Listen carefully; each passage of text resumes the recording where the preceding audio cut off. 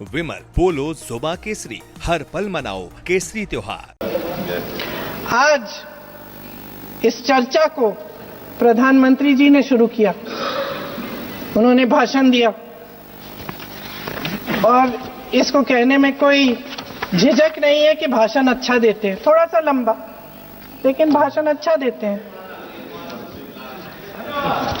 सिर्फ एक कमजोरी है, अगर आप इजाजत दे तो मैं बोलूं। एक कमजोरी है, हाँ उसी पे बोल रहे हैं। वंदे मातरम पे बोलो आप। अब सर मैंने तारीफ कर ली। आज और विषय वंदे मातरम का है तो हम वंदे मातरम पर ही रखें, ठीक रहेगा। चलिए वंदे मातरम पे ही है। और आपने प्रधानमंत्री जी को सुना था, सबसे श्योरिटी है। सर भाषण बहुत अच्छा देते हैं लेकिन तथ्यों के मामले में कमजोर पड़ जाते हैं। इसमें भी एक कला होती है कि तथ्यों को किस तरह से जनता के सामने रखा जाए। मैं तो नहीं हूं, जनता की प्रतिनिधि हूं, कलाकार तो नहीं हूं। इसीलिए मैं भी सदन के सामने कुछ तथ्य रखना चाहती हूं, लेकिन सिर्फ तथ्य के रूप में रखना चाहती हूं।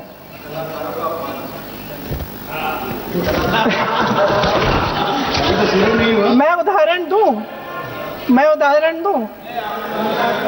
उदाहरण दे देती हूँ। सर मांग रहे हैं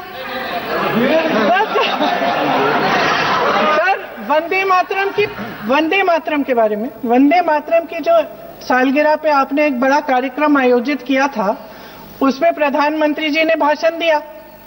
उसमें उन्होंने कहा कि 1896 में पहली बार गुरुदेव रविंद्रनाथ टैगोर ने ये गीत एक अधिवेशन में गाया। उन्होंने ये नहीं बताया कि कौन सा अधिवेशन था। हिंदू महासभा का अधिवेशन था, आरएसएस का अधिवेशन था। किस बात से कतरा रहे थे कि ये कांग्रेस का अधिवेशन था। और उदाहरण दूं कि मैं अपना भाषण जारी रखूं। दे रही हूं। जो वंदे मातरम की जो क्रोनोलॉजी है वो भी आप समझिए, जो असली क्रोनोलॉजी है।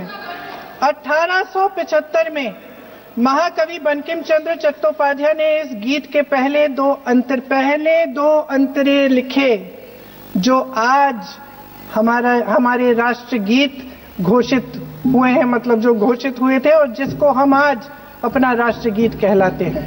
ये पहले दो अंतरे लिखे।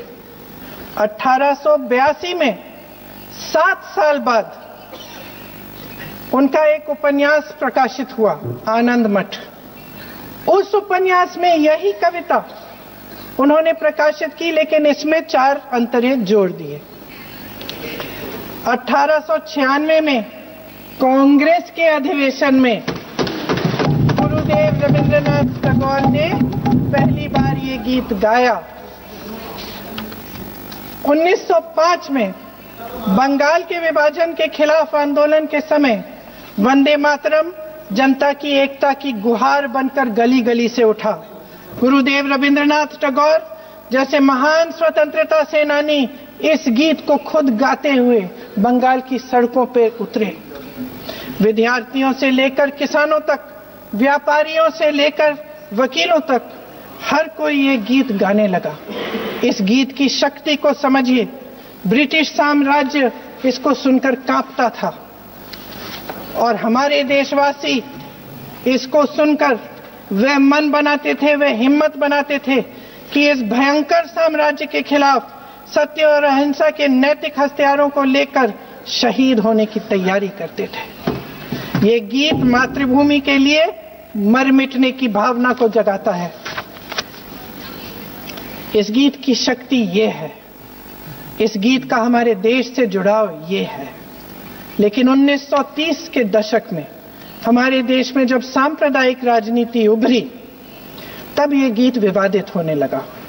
1937 में, अब ये मैं दूसरा उदाहरण देने वाली हूं क्योंकि प्रधानमंत्री जी ने अपने भाषण में इसका उल्लेख किया और गलत किया, इसीलिए मैं इसके जो सच्चे जो तथ्य हैं वो आपके सामने रख रही हूं। 1937 में नेताजी सुभाष चंद्र बोस कांग्रेस का अधिवेशन कलकत्ता में होने जा रहा था, उसका आयोजन कर रहे थे। तो जो मोदी जी ने पत्र सुनाया सदन में 20 अक्टूबर का और कहा कि जवाहरलाल नेहरू जी ने नेताजी को ये चिट्ठी लिखी और ये कहा कि इस पर चर्चा होनी चाहिए, उससे पहले 3 दिन पहले नेताजी सुभाष चंद्र बोस ने पंडित जवाहरलाल नेहरू को एक चिट्ठी लिखी थी